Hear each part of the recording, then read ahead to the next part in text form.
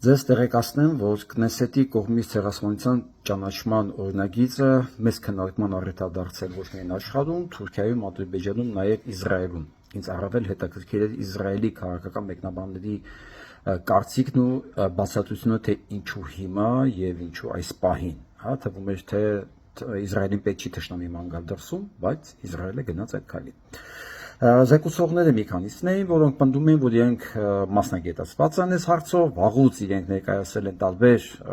ժամանակներում այս օրինագիծը, որով պետքա ճանաչվել հայոց ցեղասպանությունը, բայց միշտ արժանացել է նույն պատասխանի, որ հիմա դրա ժամանակը չի, հիմա քաղաքական հալմաս պիրուտ չի, մի խոսքով մենք հարաբերությունների մեջ ենք, պետք չի ընդունել հայոց ցեղասպանությունը, եւ այսօր դա կայացվեց։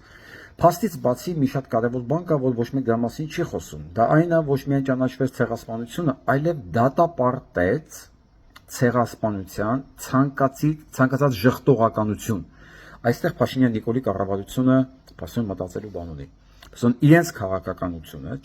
ցեղասպանության ժխտողականության դատապարտվում է Իսրայելում։ Սա շատ կարևոր հանգամանք է։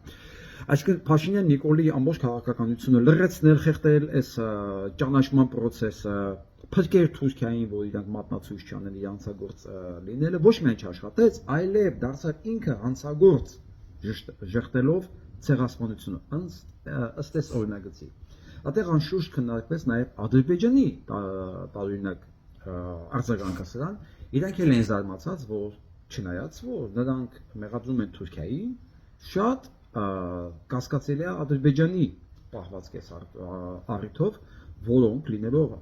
Իսրայելի ռազմավարական գործընկեր բողոքներ են ներկայացել այս օրինագծի ճանաչման վերաբերյալ։ Եվ հրեաբար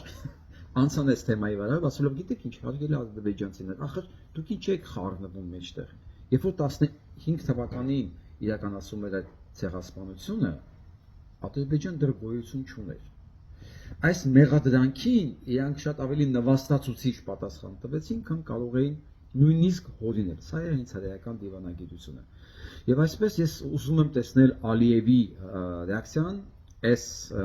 իրենց մեղադրանքի պատասխանը լսելուց։ Իրանք լսեցին նրա մասին, որ ոչ միայն թքած ունեն իրենց մեղադրանքների վրա, այլև հիշեցրեցին, որ ադրբեջանական պետությունը ընդհանրապես գոյություն չուներ 15 թվականին։ Սպասենք, ինձ անկեղծ հետաքրքիր է բուն պատճառը, ինչու հենց հիմա։ Որտեղ ոչ մի բացատրություն առ այսօր, բացի որ քաղաքական հիմա իր նպատակահարմարությունը, դա պարզ է, բայց ինչու, այս այդ ինչու հենց հիմա ես չեմ տեսնում։ Հետել են պարագայում, որ Իսրայելը քիչ-քիչ կորցնում է Ամերիկայի Միացյալ Նահանգների աջակցությունը եւ ռեգիոնում ինքը մնում է մենակ։ Ինչի հիմա։